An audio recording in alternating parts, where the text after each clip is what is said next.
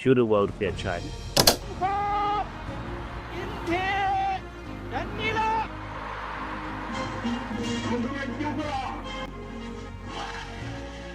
同志们好。 Chinese people on foreign soil are a risk to the regime. China is lying to you. This is not the West. These are your Asian neighbors saying, we're worried about China. So China's rise is a given. But what does it mean for the world? Is it fortune or misfortune? Today, I have the pleasure and privilege to speak with Zhou. Zhou is a retired senior colonel from the People's Liberation Army of China and is considered an expert in international affairs and geopolitics. He is currently serving as the senior fellow at the Center of International Security and Strategy at Tsinghua University. His latest book, Should the World Fear China, is a compilation of essays that he has written from 2011 to 2024. In it, you will discover how he analyzes the rise of China as a major power in the world. In our conversation today, we talk about the emergence of China as a superpower, the future of US-China relations, and how China seeks to reshape or reform the international world order. I hope you will enjoy the conversation as much as I did.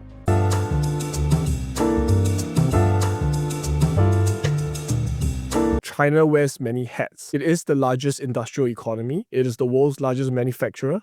In the past 5 years, it has emerged as one of the world's most advanced technological power as well. My question to you would then be, given the multiple hats that China is wearing, how does this affect the kind of identity China holds now today? That indeed is a big challenge because China is still wearing so many hats. So when people talk about China, it's very much the China, in his eyes, yeah? And if you are standing in different places, and if you are looking at China in different light, then you have a different China. So, but the problem is, everything is true, yeah? For example, China is an industrial nation, as you mentioned, the largest exporter, second largest importer, the largest trading nation, but at the same time, the largest developing country. So this becomes very confusing, you see, because China by GDP is already the second largest economy in the world, and by PPP, already the largest economy in the world. But China, of course, is certainly a developing country if its wealth is divided by its heavy population, right? But then we come to this most confusing question. How can a developing country be the largest economy or the second largest economy in the world? Yeah, this is really confusing because you do not have a quite a specific standard as to what is a developed country or what is a developing country, according to World Bank or UN. You don't just have the answer. So, what does this paradox mean for the Chinese people or the Chinese government in the way it sees itself? Does it see itself as a superpower primarily, or does it see itself as a developing country? China certainly would not describe itself as a superpower. China say it is still a developing country. And I even have heard that the Chinese government is describing China, saying that China will always remain a developing country, right? So as I said, if China's wealth is divided by its population, this is all right. But now, even in the West, for example, at the Munich Security Conference this year, in my interview with a journalist from Deutsche Welle, he actually described me as a Chinese colonel coming from another superpower. Yeah, so this kind of a description of China as a superpower is not only heard in Africa, it's also now more and more heard in the West. So this kind of identity really confuse people. So that is why I just gave the title of my book as Should the World Fear China? But this actually is not the title I try to give to my book. It's actually the first question raised to me by the German journalist from Die Zeit. So I didn't expect that he just asked me so straightforward. Colonel, tell me, should the world fear China? This is the first question. I forgot what I said, but I have remembered this question. For me, this question best epitomizes, the world's attitude, especially the attitude of the West towards China. So China's rise is a given, but what does it mean for the world?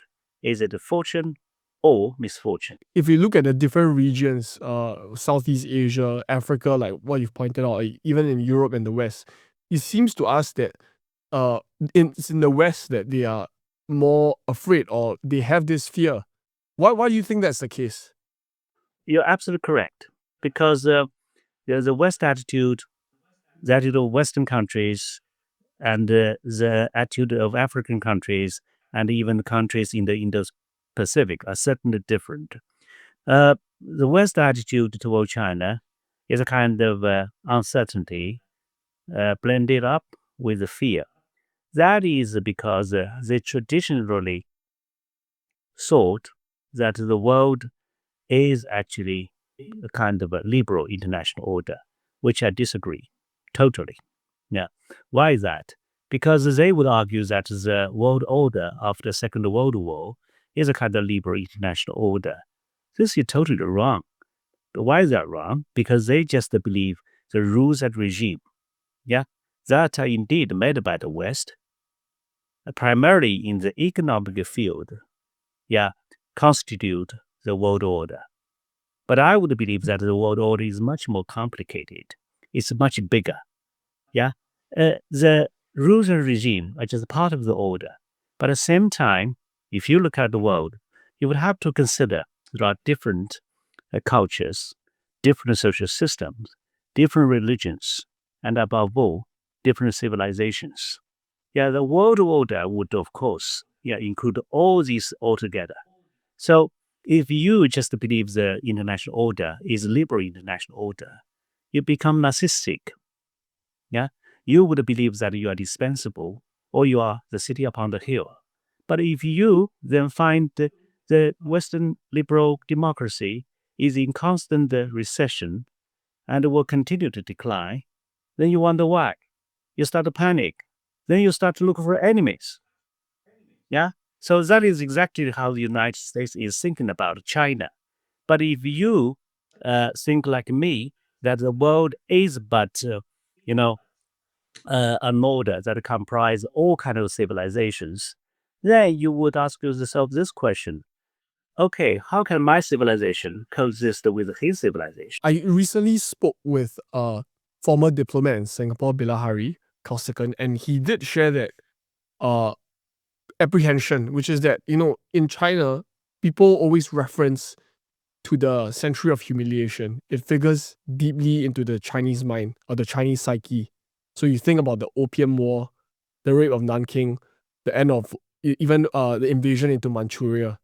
There is a worry that as China references itself as a past victim, that, as it becomes a great power, it will be overtly aggressive or assertive, that it might make neighboring countries worried.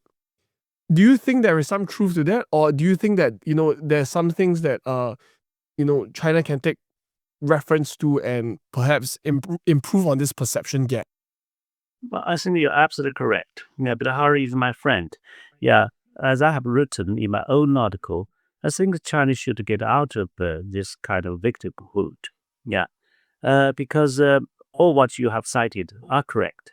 But even mathematically speaking, if this kind of central humiliation started with Opium War in 1840, then by 1940 it should be over, right? And 9 years later, Mao Zedong declared that the Chinese people have stood up when he announced the establishment of People's Republic of China. So, if Chinese people have already stood up, you should remember the past, but embrace the future, right? Again, we come to the same, basis. If China is already even the second largest economy in the world, are you still a victim? And one day you could become the largest economy by GDP. So how can the largest economy in the world be a victim at the same time, right? I think you are the envy of the world. The example of so many developing countries, that is China. in your work, you point out that China should see itself as a example or as a trailblazer in how you can advance development. Are there any other narratives that China should embrace in its new conception of its political identity on the international stage? I think China will remain a socialist country, which makes China different from most countries on Earth, right? But it also shows that different kind of a social system could coexist, and even a socialist country can become very much developed. Yeah. So I think this is about the Chinese way of thinking and China's social system. But China is not exporting this. I don't believe that many countries in the world would wish to become socialist countries. They have their own choices. But so what China is now promoting overseas actually is a kind of um, civilizations or grand ideas that can become accepted. And most of them could be found in the principles of the United Nations, for example. I think what China can really provide to the world is its lessons in how it could alleviate poverty of 800 million people with a short span of 40 years. And this is what is badly needed for the rest of the world. What do you think China's core interests are, and what are they? What are these core interests that kind of drive behaviors before even before we look at their behaviors on the international stage? Well, I think that is a complicated question, but I think I have heard China's leader describing this. Yes, just to let Chinese people living a better life. Yeah, I think that is the goal of the Chinese leader and also the goal of the Chinese people. Of course, at the same time, we would also have some other issues like, reunification with Taiwan, so on and so forth. But simply put, yeah, let Chinese people live a better life. That is the goal. Now people are looking at China to, you know, not only preserve the international order but also be a champion of it. In what ways do you see China, outside of the economic angle, contributing to perhaps a reshaping of an international order? Well, that's a good point because it's difficult to describe the international order. What is actually in international order? But it is fair for me to say that since reform and open up, China has indeed benefited a lot from globalization, from learning from the West, from sending hundreds of thousands of people, students, to go to West to study. And also, China has benefited from learning the market economy, the Western technology, so on and so forth. So China is a beneficiary of the existing international order, whatever, it is described. So therefore, there's no reason for China to overthrow this order. So you would hear Chinese leaders talking about how China could become a guardian of the international order. This order, whatever it is, of course, is existing international order, right? And sometimes they talk about improvements of this order. I think that is also allowable because anything can be improved, right? So fundamentally speaking, China is not trying to challenge the system or even to overthrow this system. So it's interesting. For example, I give you an example. When China, India, and Russia are talking about the multipolarity, sometimes I wonder whether they're talking about the same thing.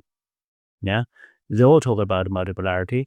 I think this kind of a multipolarity for China and India probably is similar. Yeah, because India also has benefited from the international system. But Russia's attitude probably is different. Russia doesn't like the existing international order. Yeah.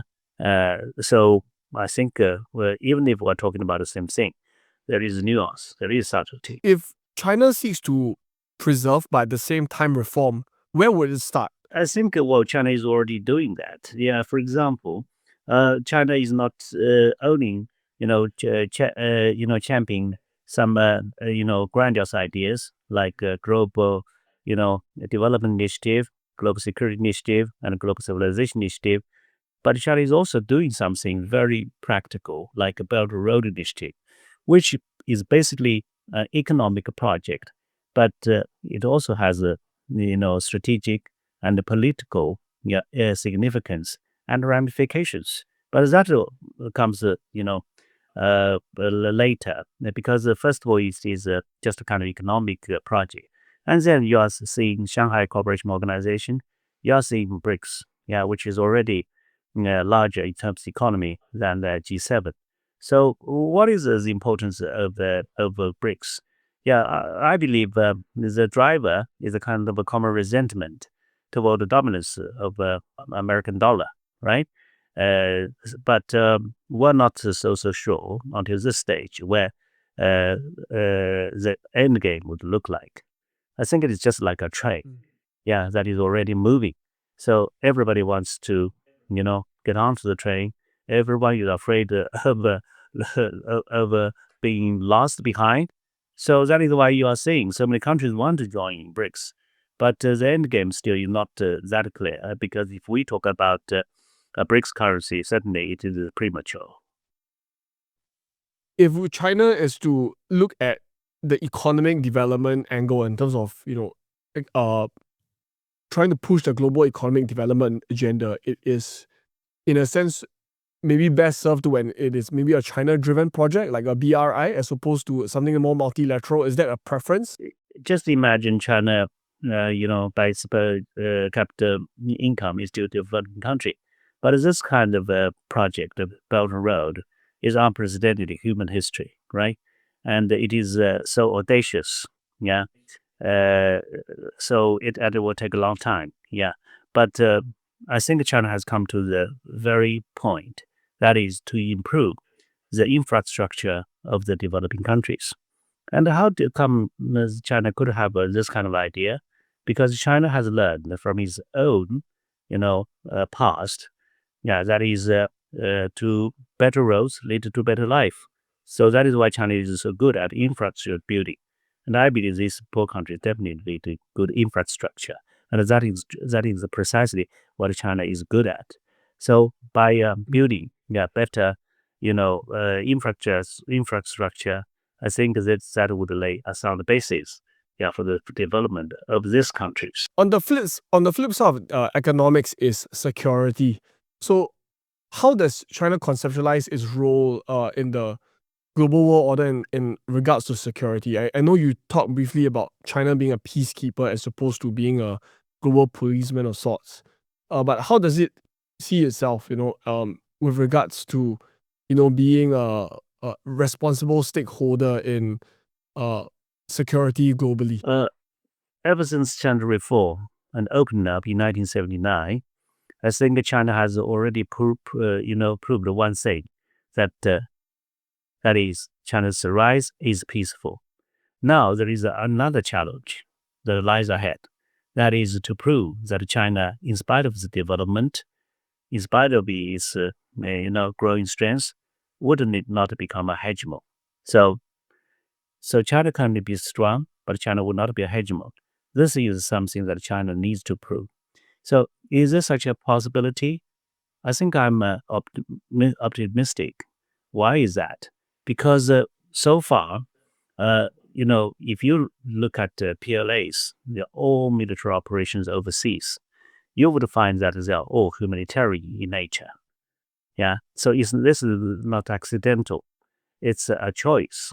So far, PLA is only involved in peacekeeping, counter-piracy, disaster relief, all these kind of things. And all these kind of things, military speaking, are called military operations other than war. They are humanitarian in nature. So if you just do humanitarian work, then people would be grateful to you. Because nobody disagree about the nature of these activities. And besides, China has been sending its naval hospital ship called Peace Ark, sailing around the world to provide the free medical treatment and free medicine. This treatment on Europe for a naval ship. What is PLA Navy trying to do? I think PLA Navy is emulating Admiral Zhou of Ming Dynasty, right? Admiral Zhou made 7 voyages in Indian Ocean. He also used force when necessary. But the people's impression of Admiral Zhou is not that this is a general who would use force from time to time. And he's a general that has demonstrated the generosity. of the Middle Kingdom. Yeah, he would give away silk and porcelain. So I think that is why Pele Hospital is doing the same thing. China wants to be loved. China doesn't want to be feared. But at the same time, if we were to maybe look at some of the conflicts that China is tangentially or marginally involved in, one example that people would point out is, for example, the Russia and Ukraine war, right? Which is that some of the critics might say that, because Russia and China has an unlimited friendship, and at the same time, China seeks to play a balanced role in this. They see, from what I've read from your work, is that you see yourself as a mediator between two friends. Ukraine is the friend. Ukraine is the trading partner, and Russia is the friend. And in that case, is China's unwillingness to condemn Russia something that is harming its reputation as a peacemaker? What do you think about that critique? I think China has condemned Russia in its own way, because soon after the invasion, China has talked about respect of sovereignty. So that is Chinese way of saying you're not respecting sovereignty of another nation, right? So China did not say, okay, you are, invading our country. This is a violation of sovereignty. But China called for respect of sovereignty. That is the Chinese way of criticizing Russia, because as you have pointed out, that China and Russia's relationship is good. Yeah, but although people would sometimes, talk about how this partnership is unlimited, but I believe that China also have some bottom lines, which are truly, tested in this war. Yeah, for example, this is not one of the lines. Yeah, Iran give drones. Yeah, North Korea give ammunitions, missiles, but China did not give any military aid to Russia. Some people talking about it. Some people speculate on it. Yeah, but it turned out to be not true. If China did that, it will not go uncovered. So, and China warned against any possible use of nuclear weapons. Yeah, so I think people forgot this, because this kind of inaction from Chinese side is very much like oxygen in the air. Yeah, you would only realize it until you don't have it. China's contribution in this war is that it's not throwing wood into the fire. Yeah, just imagine if China really stand on Russian side. This is the dawn of the Third World War.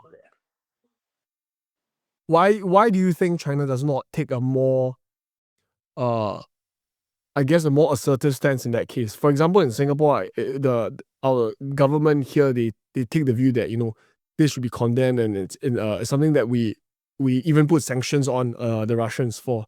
Whereas China, it's much more subtle in the way you communicate your disagreement. What do you think explains this difference? Because China is first of all a much bigger country than Singapore, and besides, China and Russia are largest neighbors toward each other, and there are actually some unpleasant time in our history. So now that period was gone, therefore we have to take a very good care of this relationship. Yeah, because it matters tremendously to us. Besides, of course, there are also tactical considerations. For example, if you just condemn Russia, like the West has hoped for, yeah, would the West, the whole West would probably give you standing ovation, right? Yeah, but then the question is, would your relationship with the United States really improve? I don't think so. Yeah, they will just come back to you as a competitor the next day. It won't change this kind of China-U.S. relationship. Do you see China being a possible peacemaker in this conflict, other than the fact that it doesn't throw wood into the fire? Or you think that this is actually probably the maximal limit that it can operate within this conflict? I think China can make some further contributions, depending on how the situation, changes. For example, yeah. So we don't know how long this war will last, but no war will last forever. So definitely there would be a time when a ceasefire would become possible, right? Yeah, and then if this ceasefire, becomes formalized, it might be what people call the armistice. So I believe China's role, in spite of its proposal already made, quite a few proposals, actually China's role would just come at a second stage or third stage. That is, at the first stage, the most useful conversation is between Moscow and Washington. I don't believe that it's really a conversation, between Moscow and Kiev. So it is the United States that is holding the key, and President Putin that is holding the key, who is holding the key. So let them talk. Yeah. But then, you see, after this kind of a talk, I think President Putin has one bottom line. That is, he wants full control of the 4 oblasts that are already written into Russian constitution as Russian territory. So right now you would see, a news flying around every day. But I believe this is his bottom line. He would not be really, really serious in any negotiations. Yeah, even if he talked about them, until he has full control of the 4 regions. But let's assume, even if he has full control of the 4 regions, it's not a kind of a peace forever, because if Ukrainians are not happy, they could turn this beautiful Ukrainian territory into battlefields like those we have seen in Afghanistan, right? They would have guerrilla warfare. So there's no guarantee that the Russians can lay back and sleep. Yeah, and besides, Ukraine is supported by the whole West, right? So then why do I say that China's real role could come later? For example, if there is a ceasefire, then the question is who is going to guarantee this ceasefire, right? Ukraine is afraid of Russia, and Russia is also afraid of Ukraine that is backed by the West. So they need, external actors, players, who can say, okay, this is a deal. We are the guarantors. Yeah. So then China could be one of them. And this is exactly what happened. Yeah. In 1990, when Ukraine decided to give up nuclear weapons. Yeah. But unfortunately, this kind of guarantee actually failed. But there is still possibility that this may come back again in this form. The second thing is, if peacekeepers are needed, certainly China is most suitable, to send the troops along with other countries. China may not be the only countries, because there's no need for China to be the only country. But China is one of the P5 country. The largest troop contributing country of the P5 and the second largest donor of peacekeeping fund. So China can take the lead. You remember, Ukraine president, Polish prime minister, British prime minister, French president all talk about peacekeeping. But none of the proposals would actually work, because Russia would not accept NATO's role in Ukraine. So the best formula, in my mind, is China takes the lead, followed by other contributing countries like India. India is also a large contributor of peacekeeping, plus some other countries from global south and a few countries of non-NATO European countries. Why is that? Because this is the war in the heartland of Europe. So Europe should also have its representative, but not NATO countries. So in that sense, you are the honest broker when they are coming to the table. I think China could be one of the honest brokers. I doubt that China would be the only, broker. So first of all, it's still a talk between Russia and the United States. I've noticed a lot of commentators point at this war as an analog for China's attempt at reunification with Taiwan. That seems to be something that continues to swirl in the mainstream media. We don't understand how people become afraid, because all of a sudden we have a war in Europe, right? And then they would look around and see other, potential hotspots, and the Taiwan Strait seems to be one of them. So they're worried. I do not, blame them for that. But the reality is that the Chinese government is still talking about the peaceful reunification. And the former American Secretary of Defense, Lord Austin, said twice at the two Shangri-La dialogues, that a conflict is not imminent or inevitable. Yeah. So I think what he said really matters to me. I was there when he made these remarks, because there are so many other American generals, admirals who said, okay, China would attack Taiwan in 2025, 2027. Yeah, and even the Air Force general who has nothing to do with operation, who is in charge of logistics, would say, okay, according to his gut feelings, China will attack Taiwan in 2025 or something.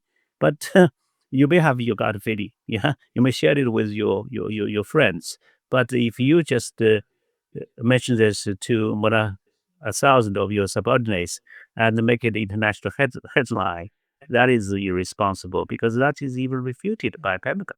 Mm. So do you see the conditions for the reunification to be something that will change in the near term? Or do you think that it will just be status quo for as long as both sides continue to, for example, trade with each other, travel to each other, and then hopefully conditions improve down the line? I would say that the so-called status quo is never static. Yeah, every day, yeah, the situation is changing, is fluid, right? So we just cannot assume that it will remain like this forever. And then, as to when we might use force, actually, it's not a secret, because it is clearly written in anti-secession law, in which three conditions are identified. Yeah, I would not recite the exact words, but basically, it's the first one is Taiwan declare kind of independence, which I believe is impossible. They won't be so stupid to do that. The second thing is, of course, foreign forces, making efforts to lead Taiwan separation from mainland. In this case, I think it more or less sounds like Nancy Pelosi's visit to Taiwan, right, which has triggered a 4-day exercise around the island. But even Nancy Pelosi would not be so powerful to be able to take away Taiwan from mainland China. So I believe that situation is also difficult to be found, really. But the last condition really matters. That is, if the Chinese government believes that the prospect for peaceful reunification is exhausted forever, then we may have to, adopt a non-peaceful means. So, what is the conclusion? The conclusion is the whole world, including the United States and its allies, have to let Beijing believe that peaceful reunification is still possible, and the Taiwanese authorities themselves have to behave.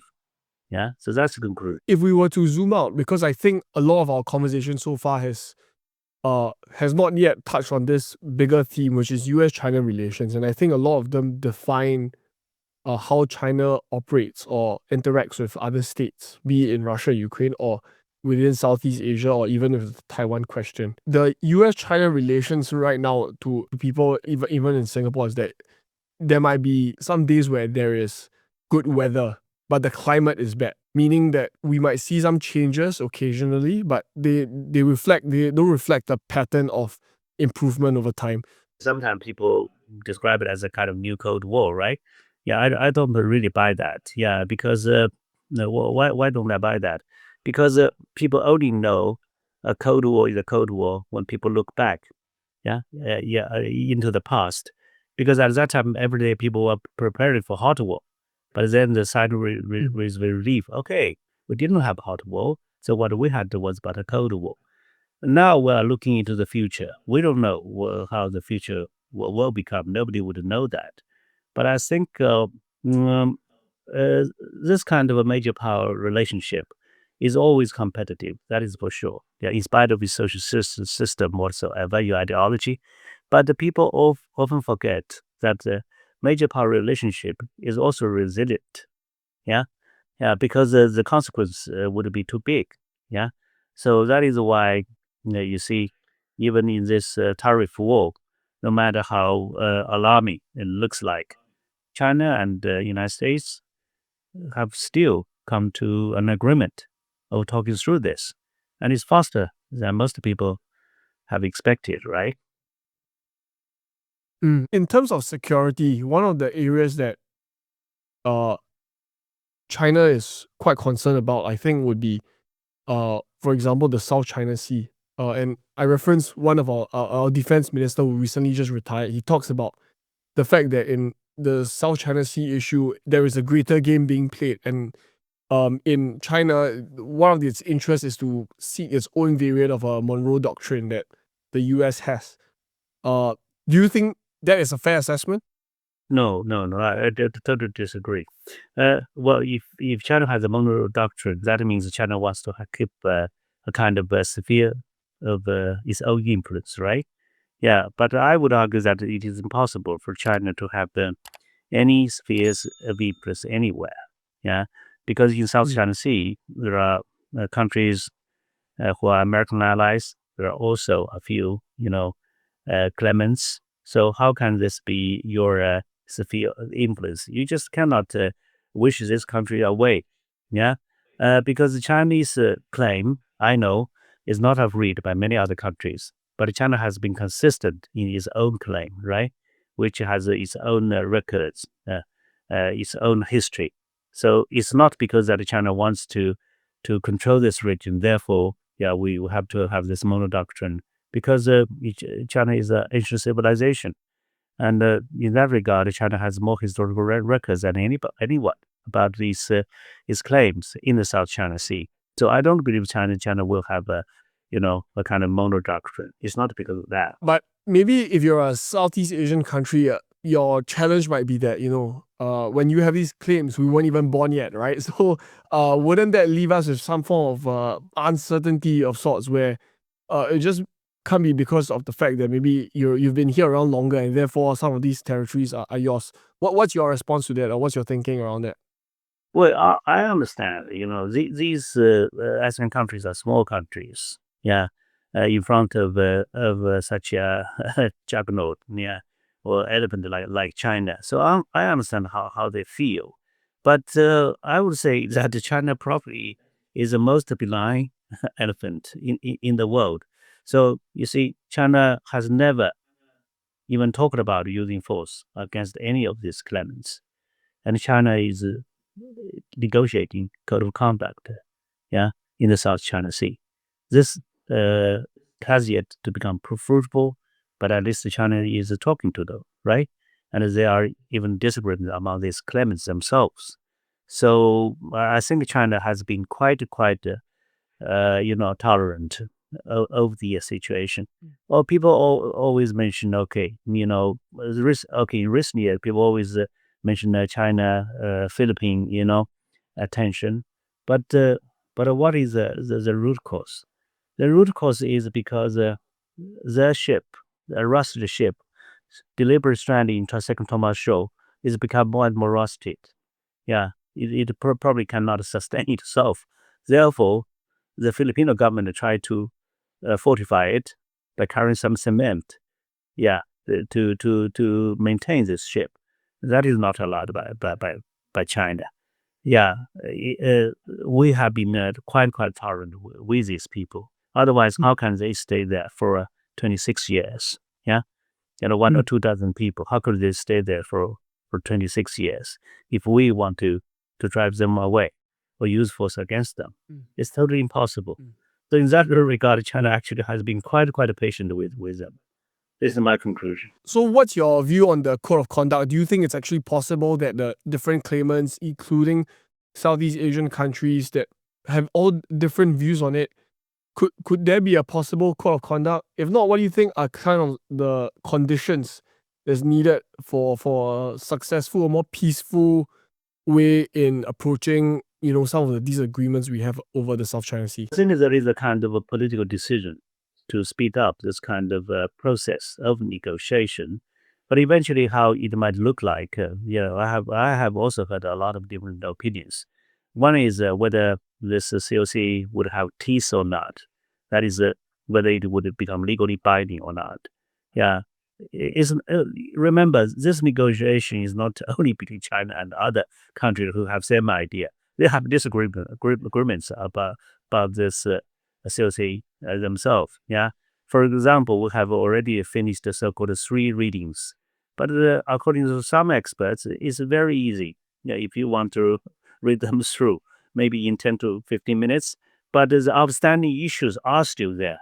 If you do not, handle them, you can easily finish reading. But this issue would be difficult. So I don't know how to resolve this issue. Well, let's leave it to these experts to find out. Now that Trump has returned to the office, you noted that China is much more psychologically prepared for his return. So then I have to ask a question, which is what lessons did the Chinese government draw from his first term and how they have kind of prepared for it? So I think one example that comes to mind was with a conversation with Professor Ke Yujin, where she talks about ever since the first trade war, China has been intentionally diversifying its export economy away from the US, I suppose, trying to reduce its dependency or its exposure to the US in terms of global trade from 20%, I think, in 2016 to about 16% around this year. Are there any other lessons that they've drawn in terms of managing, Trump's return to the office? I think what you have mentioned is certainly right. China's dependency on the United States has certainly decreased, right? And I believe he's not so unpredictable, yeah, as he claimed himself, right? Yeah, you see, playing with this kind of unpredictability normally would work, yeah, on a small country, yeah, which is has a strength much smaller compared to yours. But if you are playing this kind of strategy with a peer competitor, this would not really work. Yeah, because his strength is almost as strong as yours. So even if you look unpredictable, so what? Eventually, what matters is the real stress. Yeah, I think at this time, all the people around the world can see that China actually has won the first round of this tariff war, yeah, by sticking to its principles, by vowing to fight to the end. So who wins first? Do you think there is a return? There will be a return to this kind of tactics again by the Trump administration, or do you think that hopefully this will be the end, and after this pause, they can work towards more productive things or productive relationship? Well, I don't know what are down the road, but I think it is good for me to hear that they're going to establish working groups, yeah, to talk about all these. I don't know how many working groups, but it reminds me something in the past, like during Obama period, yeah, the so-called strategic and economic dialogues, where we will have so many baskets, there are so many outcomes. So I think that looks like a kind of healthy yet competitive relationship. Yeah, I think Trump will realize that this time he's really facing a peer competitor, but this peer competitor has expressed that it would always open its door for tops. Yeah, so Chinese people are reasonable people. It is Donald Trump who actually is launching a crusade, not only against China, but against the whole world. What makes China different is that China is the only country in the world who has the stamina and the guts to push US back, not only is in the economic field, but also in the military field. Yeah, for example, the US military would always do, a lot of sailing and flying in the name of freedom of navigation, right? But China is the only country that would warn the US, yeah, and follow the US ships and aircraft, yeah, to give them warning, yeah, against the Americans' provocation. And no other country would do that. That's all shipping. It is ironic as well that in America they don't ratify the UNCLOS, even though it champions freedom of navigation. That's right. Yeah, this shows kind of double standard. Is the core of the US-China rivalry something that's purely going to worsen over time? Do you think there are conditions in which this competition could actually be productive and actually have more net positive dynamics for both US and China, just given the fact that how intertwined your economies are? I would say I hope so. Yeah, because China certainly is not trying to export its own ideologies, overseas. And China is a beneficiary of the existing system. And the U.S., I think I kind of understand why U.S. Is using this kind of strategy, because the U.S. Probably just believe in the world there are two kinds of people, uh, American people and those people who want to become Americans. Yeah, so they have really a kind of a narcissism about themselves. Madeleine Albright's words, and the United States is indispensable, right? And they have described themselves as the city upon the hill. I always tell people there is indeed a city upon the hill, which is in essence, right, empty, windy, personal, where we have a lot of tourists. That is the only city upon the hill. Is the United States the really a kind of a city like that? Yeah. Why just can't you just come down the hill and we live together? And that is the real world. So from Chinese side, I don't believe China really has intention, to provoke or challenge the United States. I think the United States has to change its own mentality. It will take some time because China's rise is so fast, and the United States would find China so strong yet so different. So it becomes panicking, and it became um, nervous, and it wants to fight back. So there is a kind of long road, from even Obama, starting from Obama, you can see how they have become more confrontational, and during Trump's first term, you won't believe that there are many areas of cooperation. Nothing much more than climate change or non-proliferation were mentioned. But during Biden administration, something more were mentioned. Because how can you just manage the world without cooperation from China, right? So I think that eventually, with the decline of American strengths, they would become more realistic. They would know that they're just another member of the international community. This is always my argument. America would not necessarily be more proud of the Maldives. The Maldives is a small nation in the ocean. It doesn't have NBA. It doesn't have McDonald's. It doesn't have Hollywood. But so what? Every day, tourists from around the world would come to Maldives to let them know how beautiful the country is, and that's good enough for the Maldivians, right? So that is why this kind of diversity, makes this world beautiful. So we should talk about how people could coexist in this planet. If you were to look at China and the US now, what you're arguing for is essentially much more ideological diversity within the US, that they accept China for what it is. My follow-up question for you would then be, do you think there are areas in which China can proactively deepen trust with the US, or both sides, they can come together and deepen trust with each other? Is there a way to accomplish that? But that is a very interesting question, because I think I'm one of the few Chinese who actually don't think that this issue of trust is very important. Why is that?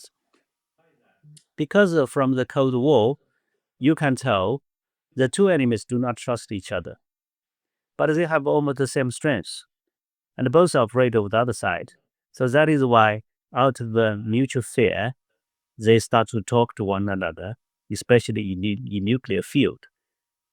And then they have a number of nuclear deals. Start 1, Start 2, New Start, right? Sort 1, Sort 2. So I believe probably professionalism is a better word, for us to use. Yeah, if we just can't establish trust, just like Ronald Reagan said, trust but verify. Trust but verify means actually I do not trust you. What I want is to verify. That is a polite way of saying I don't trust you. So the stress is on verification. And that is why I have proposed in my article in Foreign Affairs, using this model, trust but talk. Since we do not trust each other, we need more talks. Yeah, maybe throughout all these kind of talks, we can, become more professional in our mutual exchanges or interaction. So trust is not precondition. In Southeast Asia, there is a certain sense of ambiguity or ambivalence that the countries hold, as compared to maybe say the Africans, for example, in which they interact with China and the US. There is a sense that we want to be able to strategically balance between both powers. I think ASEAN is doing quite well. Yeah, I think almost as a grandmaster. You see, ASEAN has been, held with its ASEAN centrality. ASEAN centrality actually is conditional. Yeah. Why is that? Because it depends on a certain kind of a rivalry among major powers, but not on all-out war among major powers. If there is war between China and US, ASEAN centrality will be gone. Yeah. This is just like UN Secretary General cannot be selected from any of the P5 countries. Yeah, because there is tension, because there is rivalry, so ASEAN countries would look more important because it is standing in between, and this gives them space for maneuver. But so far, ASEAN has been doing this quite well.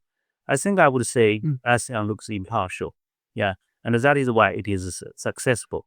So ASEAN's centrality lies in impartiality. Do you think there is a worry that ASEAN centrality might erode given the fact that we're just relatively a loose association of nations?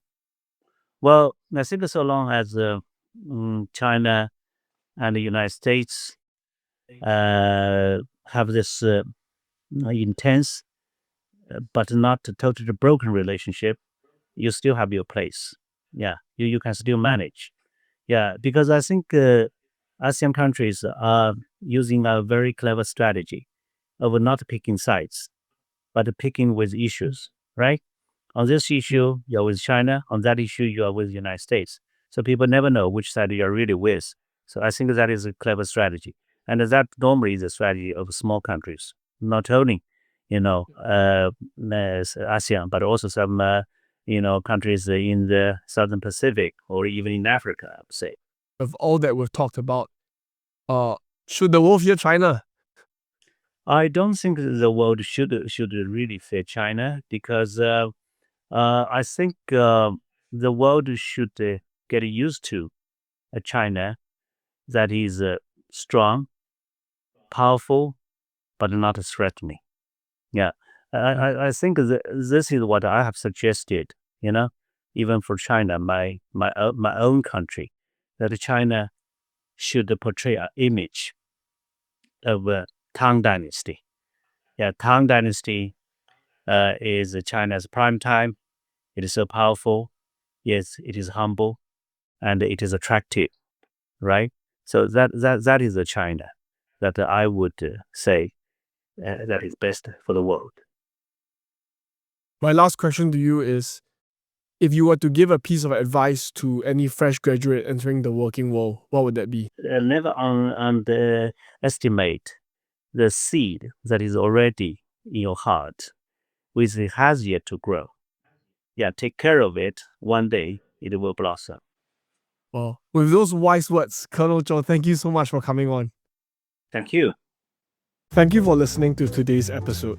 If you are watching this on YouTube, please consider subscribing and turning on notifications for whenever new episodes are out. If you're on Spotify or Apple, It would help us greatly if you could leave a 5-star review on those platforms.